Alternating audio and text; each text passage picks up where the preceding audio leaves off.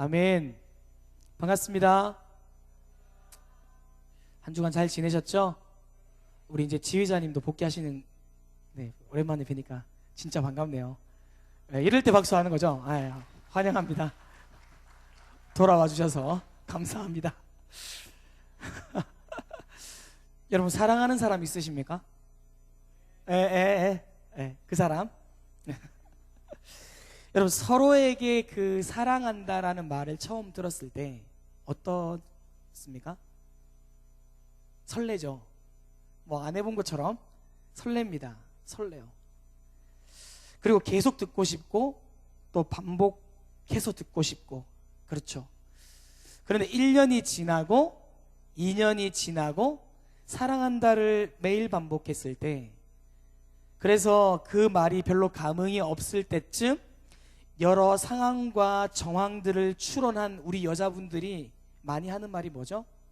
너 변했어. 과연 변했을까요? 변한 것이 아니라 원래대로 돌아간 가능성이 더 큽니다. 저는 6년을 연애했고 이제 3주 후면 만 6년이 돼요. 이제 7년 차가 됩니다. 결혼한 지. 사랑한다는 말, 여러분, 제가 얼마나 많이 했겠습니까? 제 아내를 보신 분은 아시겠지만 이쁘잖아요. 그 이쁜 자매를 얻기 위해서 제가 했었던 그 노력이란 어마어마한 거지. 여러분, 13년이죠. 이제 한 12년, 13년 차를 접어 들어가고 사랑한다는 말을 많이 했습니다. 저 같은 로맨티스트도 이런 매번 진심을 다하는 것이 좀 어렵습니다. 사랑한다는 그 달콤한 말도 진심과 진심이 만나지 못하면 그냥 지나치는 평범한 단어일 뿐입니다. 그런데 어느 날 이런 적이 있었습니다. 아내랑 막 싸웠어요. 죽기 살기로 싸웁니다. 말은 안 해도 꼴 보기 싫겠죠.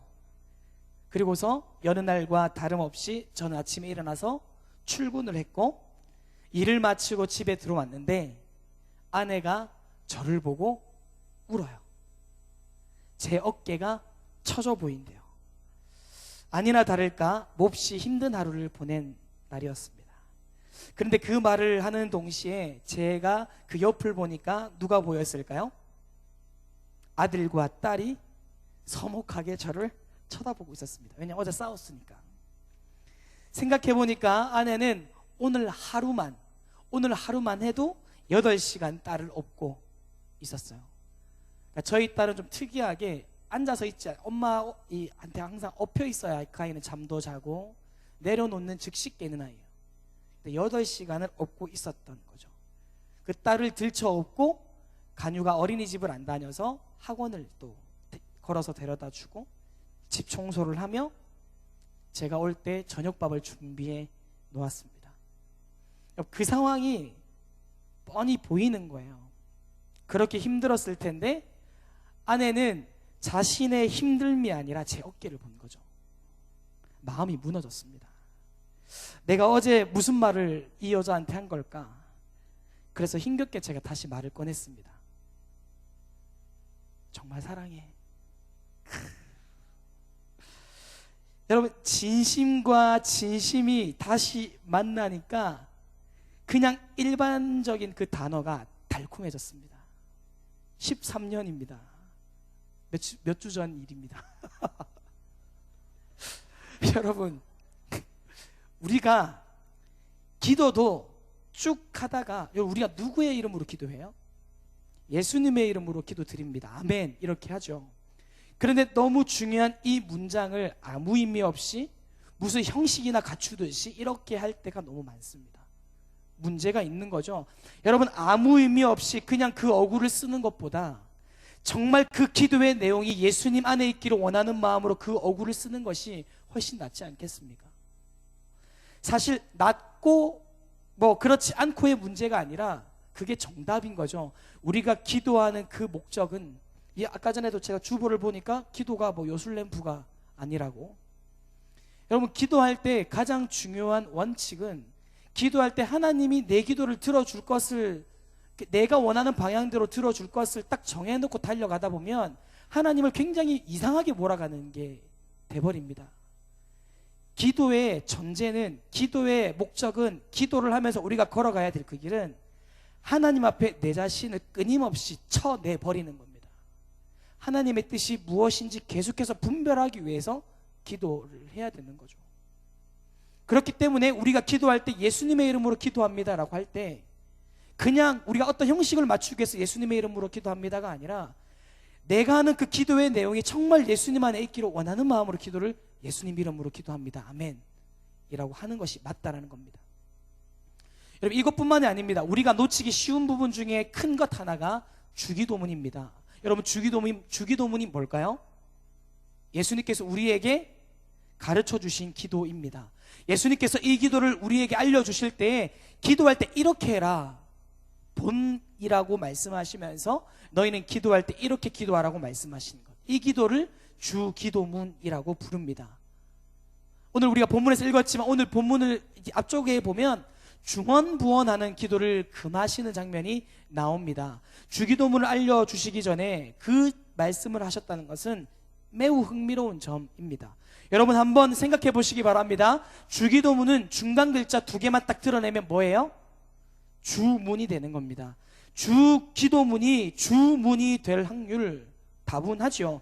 중언부언하는 식이나 또는 습관적으로 한다거나 혹은 어떤 무슨 모임을 했을 때 그것을 폐할 때 할 것 없어서 그냥 주기도를 아무 의미 없이 그냥 외울 때 주기도문은 더 이상 주님이 가르쳐 주신 기도, 그 생명의 기도가 아니라 그저 주문에 불과하게 됩니다. 그냥 주님이 가르쳐 주신 그 기도의 뜻을 생각하면서 할 거 아니라면 박수 3번 하고 그냥 마치는 게 더 낫지 않겠습니까?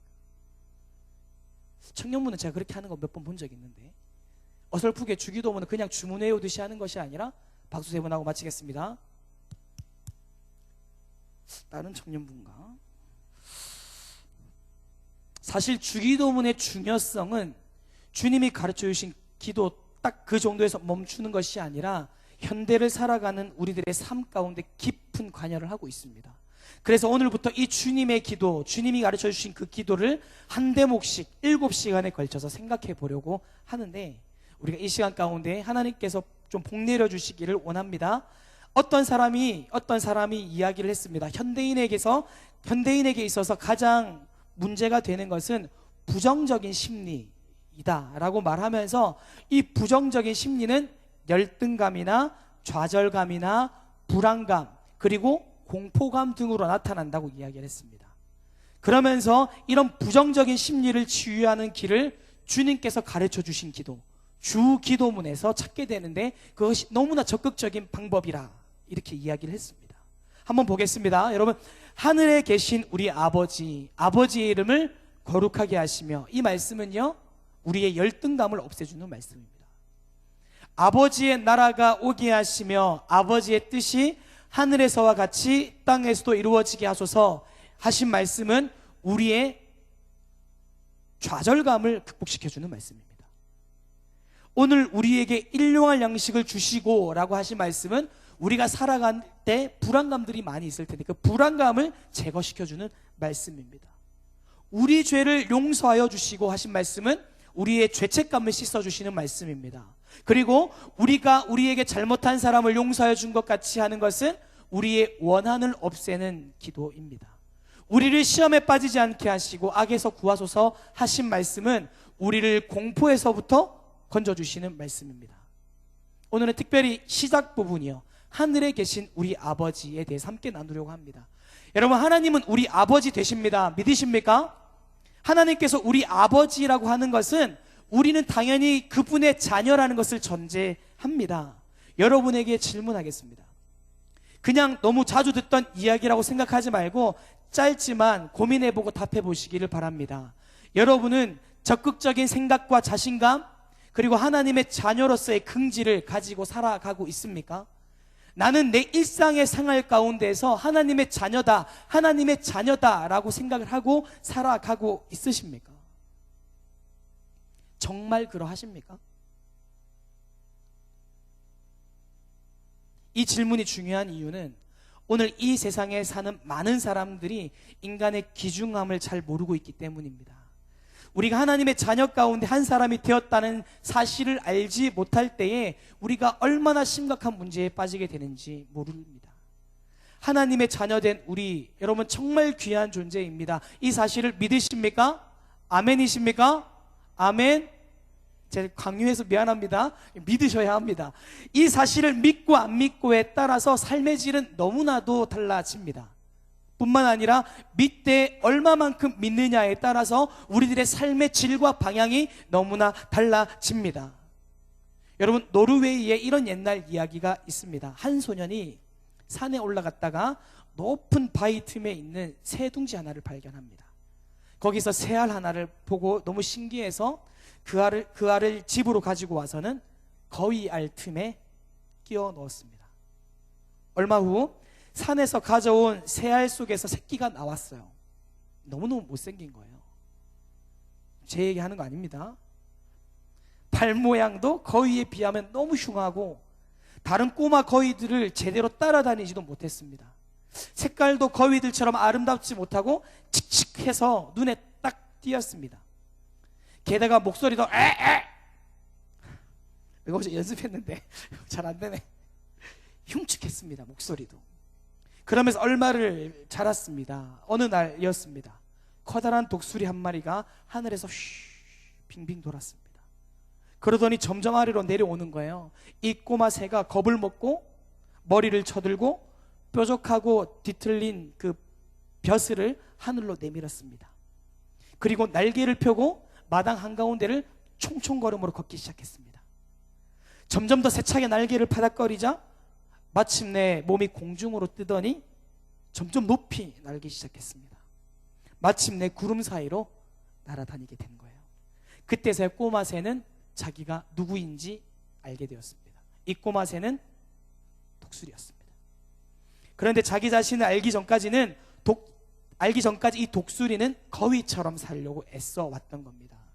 오늘 우리의 근본 문제가 무엇입니까? 많은 사람이 자기가 누구인지 모르고 있다는 것입니다. 만일 우리가 자기 자신이 누구이며 어디서 왔는지 모른다면 결코 우리는 원래 우리 자신으로 돌아갈 수가 없습니다. 하지만 만일 우리가 우리 자신을 하나님의 자녀된 우리가 거룩한 유업이 무엇인지 깨닫고 그렇게 살아간다면, 그렇게 살아가지 못한다면 이것은 비극입니다. 여러분, 하늘에 계신 우리 아버지, 그 아버지가 나의 아버지 되신 것을 기억하고 또 기억합시다. 하나님께서 우리의 아버지가 되십니다. 우리가 우리 자신의 신분을 올바로 깨달을 때에 우리를 누르고 있는 모든 열등감은 단번에 사라지게 될 것입니다. 여러분, 하늘에 계신 우리 아버지 할 때 하늘이요, 이 하늘이라는 표현은 시공간을 초월하시는 하나님이라는 표현입니다. 시공간을 초월한다는 말은 무슨 말입니까? 모든 것이 가능하다는 겁니다. 모든 것을 알고 계시다는 겁니다. 이것을 내자로 전능, 전지전능이라고 이야기를 합니다. 그리고 여기서 말하는 우리라는 말은 우리가 소작인 혹은 종이 아니라 자녀라는 귀한 신분을 가졌다라고 선언하는 것입니다. 우리는 하나님의 자녀입니다. 요한복음 1장을 보면 영접하는 자, 곧 그 이름을 믿는 자에게는 하나님의 자녀가 되는 권세를 주셨다, 이렇게 말씀하십니다. 우리가 예수님을 구주로 믿을 때에 하나님의 자녀가 됩니다. 하나님의 자녀가 되는 것은 배우거나 노력해서 되는 것이 아니지요. 돈으로 사는 것도 아닙니다. 돈으로도 못 가요 하나님 나, 믿음으로 가는 나라 하나님 나라. 아멘. 예수님을 구주로 영접할 때 가능한 형상입니다. 믿으려고 애쓰는 것이 아니라 성령 하나님께서 우리의 마음과 생각을 도우셔서 믿어지게 해주시는, 여러분, 그것을 경험하는 저와 여러분 되기를 바랍니다. 여러분, 하나님께서 우리의 아버지가 되신다는 것은 굉장히 유익한 점들이 많습니다. 제가 노래를 잘 못하지만 제가 좋은 찬양이 한 곡이 있어서 여러분들하고 한번 나누고 싶습니다. 이거 가사도 있는데 아는 분은 같이 한번 불러주세요. 하나님을 아버지로 모시고 살아가는 사람들의 그 정말 이 이 특권들이 있습니다. 한번 우리 가사를 통해서 나누어 보겠습니다. 하나님 제겐 참 두려운 게 많습니다. 잘 모르는 것도 너무 많습니다. 부끄러운 일은 헤아릴 수도 없고, 지치고 힘든 때에도 그때도 유연한 척 해야 할 때도 있습니다. 그래도 하나님 아버지, 하나님을 아버지라 부를 수 있어서 난 참 좋습니다. 오 나의 하나님 아버지, 하나님을 아버지라 부를 수 있어서 난 참 다행입니다. 너무 좋죠? 하나님 아버지가 나의 아버지 되십니다. 그러면 이제 중요한 것은 하나님의 자녀인 우리가 이제 어떻게 살아야 하는 것인가입니다. 여러분, 첫 번째는요, 골로새서 3장 1절 이하를 보면, 그러므로 너희가 그리스도와 함께 다시 살리심을 받았으면 위의 것을 찾으라. 거기서 그리스도께서 하나님 우편에 앉아 계시느니라. 위의 것을 생각하고 땅의 것을 생각하지 말라. 이렇게 했습니다. 하나님의 자녀는 옛사상, 옛습관에서 벗어나야 합니다. 모든 미신에서부터 떠나야 합니다. 속사람이 새로워져야 합니다. 신학적 용어로는 거듭남 혹은 중생이라는 표현을 합니다. 이 말은 이런 의미입니다. 우리가 이 땅에서 살아가지만 하나님 나라를 살아가는 것. 여러분, 주위를 둘러보면 안전한 곳은 아무것도 없는 것처럼 보이지만 그 안에서 내 영혼이 안전합니다 라고 하는 그 삶을 누리는 것, 그것을 경험하는 삶을 살아가는 것. 여러분, 돈에 많고 적음이 아니라 내가 목표한 무언가를 성취하고 안 하고에 좌지우지 되는 것이 아니라 하나님의 다스림이 우리들의 삶 가운데 임하는 삶, 이 삶이 거듭난 삶이고 중생이라고 표현합니다. 우리가 거듭난 삶을 살아야 될 줄 믿습니다. 두 번째입니다. 하나님의 자녀는 화평을 위해서 일하는 사람이 되어야 합니다. 예수님께서 마태복음 5장에서 화평케 하는 자는 복이 있나니 저희가 하나님의 아들이라 일컬음을 받을 것이요 라고 말씀하셨습니다. 사도 바울도 로마서 12장에 하나님의 자녀된 사람들이 지켜야 할 윤리적인 면을 말씀에 내려다가 18절에 이렇게 말씀을 합니다. 할 수만 있거든 너희로서는 모든 사람으로 더불어 평화하라. 평화하라. 화평을 위해 살 수 있는 행동이 뭐가 있을까요? 그냥 하라고 하는 것이 그게 평화하는 길입니까? 때로는 분명한 행동이 필요할 때가 있는가 하면 때로는 순종할 때가 있습니다. 중요한 것은 무엇이든지 간에 그 안에 사랑하는 마음을 놓치지 않는 것입니다. 하나님이 우리 아버지가 맞다면 부르심을 입은 그 부르심에 합당하게 행하고 모든 겸손과 온유로 오래 참고 사랑 가운데서 서로 용납해야 합니다. 그리고 평안에 매는 줄로 성령이 하나 되게 하신 것을 힘써서 지켜야 합니다. 세 번째입니다. 하나님의 자녀는 고난받는 것을 개의치 않아야 합니다. 변태도 아니고 힘든 것을 좋아하냐고 묻는 사람들도 종종 있는데, 우리는 그리스도와 함께한 후사이기 때문에 그와 함께 영광을 받기 위해서 고난도 함께 받아야 합니다. 예수님의 생애를 보십시오. 고난의 연속이었습니다. 하지만 끝까지 참고 승리하셨습니다. 히브리서 기자가 이렇게 말했습니다. 그 앞에 있는 즐거움을 위하여 십자가를 참으사 부끄러움을 개의치 아니하시더니 하나님 우편에 앉으셨느니라. 너희가 피곤하여 낙심치 않기 위하여 죄인들의 이같이 자기에게 거역한 일을 참으신 자를 생각하라. 예수님께서 친히 말씀하셨습니다. 너희가 세상에서 환난을 당하나 담대하라. 내가 세상을 이겼다. 나를 인해서 너희를 욕하고 핍박하고 거짓으로 너희를 거스려 모든 악한 말을 할 때에는 너희에게 복이 있나니 기뻐하고 즐거워하라.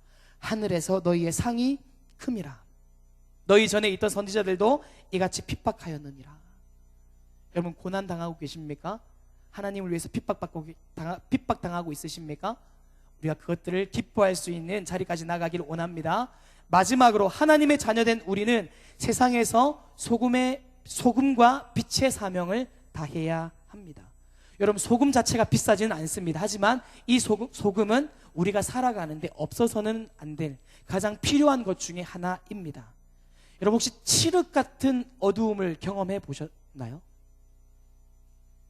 여기 경기도 좀 나가면 가로등 없는 그곳에 가면 달빛 말고는 아무것도 없는 그 칠흑 같은 어두움을 종종 경험하게 됩니다. 여러분, 어때요? 빛이 없으면 답답하죠. 그리고 어떻습니까? 다치죠. 우리가 살아가는 이 세상을 어둡다라는 표현을 많이 합니다. 왜요? 답답하기 때문에, 또 많은 사람들이 다치기 때문에. 어두운 세상의 빛이 얼마나 귀합니까? 말하자면 하나님의 자녀는 이 세상 가운데 빛이 되어 주어야 합니다. 답답하지 않도록, 다치지 않도록. 캄캄한 바다에서 항해하는 그 선박에게 등대와 같은 일들을 우리가 해야 합니다. 말씀을 맺겠습니다. 마태는 이 설교에서 아버지라는 말을 17번 사용했습니다. 이것을 듣는 대상이 바리새인들이었다라는 것이 중요합니다. 하나님을 아버지라고 부른다? 여러분, 신선한 충격인 거예요, 바리새인들한테는. 예수님은 그 관계, 즉 하나님을 아버지라고 부르는, 우리가 하나님의 자녀가 되는다는 그 관계가 하나님과 우리 사이의 실질적인 관계이다라는 것을 강조하기 위해서 17번이나 하나님이 우리의 아버지 17번이나 강조하신 겁니다. 여러분, 기억합시다. 중언부언하지 말고 그냥 하나님 아버지라고 하니까 하나님 아버지, 이게 아니라 하나님은 정말 나의 아버지가 되십니다. 우리는 하나님의 자녀입니다. 여러분, 목사님들이 입는 셔츠가 있습니다. 클러지 셔츠라고 해요. 목사님들 이거 있잖아요. 그거요. 목사님들 대부분 이 말씀을 하십니다. 이 옷이 나를 지켜준다고. 이 셔츠를 입으면 마음 자세부터 말, 행동까지 조심스러워진다는 것입니다. 그래서 아직 저는 그 옷을 입지 못하지만 생각을 한번 잠깐 해봤었습니다. 그 옷을 입고 있어요. 교통법규를 위반했다고 치면 나는 어떻게 행동을 했을까? 안녕하세요 라고 한다든지, 하다못해 턱으로 목을 가린 거죠. 안녕하십니까? 그렇게 했을 것 같은 거예요. 여러분, 하늘에 계신 우리 아버지 잊지 맙시다. 물론 의도하지 않는다면, 생각하지 않는다면, 그냥 물 흘러가듯 내버려 둔다면 그냥 잊혀지는 것이 오늘 바로 하늘에 계신 우리 아버지인 것 잘 압니다. 목사님들이 입는 클러지 셔츠처럼 우리도 늘 항상 하나님의 자녀라는 것을 생각할 수 있는, 여러분, 나만의 루틴을 만들어 보는 것은 어떨까요? 우리의 삶이 하늘에 계신 우리 아버지께 영광이 되는 삶이 되기를 축복합니다. 우리의 잘못으로 인해서, 우리의 부족함으로 인해서 하나님의 존귀하심이 땅바닥에 짓밟힌 그 장미꽃처럼 되지 않도록 하나님의 자녀라는 신분을, 우리가 그것을 가지고 살아가기를 저와 여러분 그러한 삶이 되기를 간절히 소망합니다. 함께 기도하겠습니다. 사랑의 하나님, 감사드립니다. 우리의 기도가 중언부언이 되지 않도록, 우리들에게 알려주신 그 기도가 우리들 삶 가운데 마주칠 수 있도록 성령 하나님께서 인도하여 주옵소서. 하나님께서 우리 아버지 되심이 믿어지는 한 주 되게 하여 주시고, 하나님의 자녀다운 모습으로 승리하는 삶 살아낼 수 있게 힘주시며 지혜를 허락하여 주옵소서. 주님, 우리들의 결심으로는 할 수 없사오니 주의 성령께서 우리들의 걸음 가운데 동행하여 주옵소서. 감사드리며 예수님의 이름으로 기도드립니다. 아멘.